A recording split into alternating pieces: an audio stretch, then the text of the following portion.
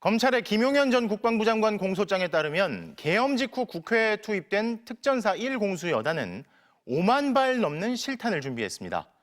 그런데 MBC가 입수한 탄약관리 문서에는 단 550발만 탄약고에서 꺼낸 걸로 기록돼 있었습니다. 5만 발 가까운 실탄이 기록도 없이 탄약고에서 사라졌던 거죠. 특전사가 관련 기록을 조작 은폐하고 있다는 의혹이 제기되고 있습니다. 이덕영 기자입니다. 작년 12월 3일 밤 국회로 출동한 특전사 1 공수여단. 2계대대 병력 265명이 동원됐습니다. 서울 강서구에 주둔하는 이 부대에서 국회까지 차로 30분밖에 걸리지 않았습니다. 1 공수여단장은 언론 인터뷰에서 당시 자신의 지휘 차량에 실탄 550발을 실었고 더 이상의 실탄은 없었다고 말했습니다. 하지만 김용현 전 국방부 장관 공소장에 담긴 내용은 완전히 달랐습니다.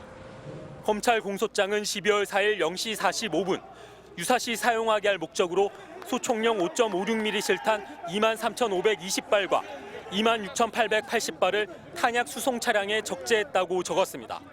합쳐서 5만 발이 넘는 양이었습니다. 거짓말은 이뿐만이 아니었습니다.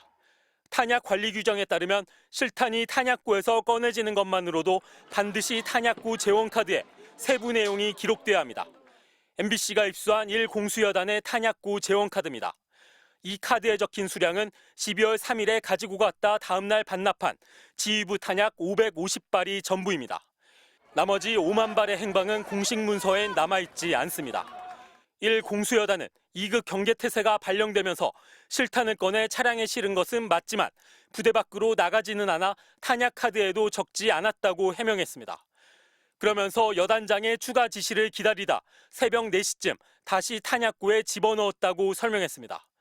하지만 탄약고에서 실탄을 꺼내고도 기록에 남기지 않은 건 그 자체로 탄약 관리 규정 위반입니다. 더구나 5만 발을 차량에 실은 시점인 0시 45분은 병력 출동 한참 뒤로 당시는 윤석열 대통령의 지시로 계엄군이 국회 진입을 시도하고 있던 때였습니다. 어려움을 겪고 있던 국회 장악을 위해 실탄을 추가로 준비한 것이 문제될 것을 우려해 기록을 조작했거나 은폐했을 가능성을 배제할 수 없는 겁니다.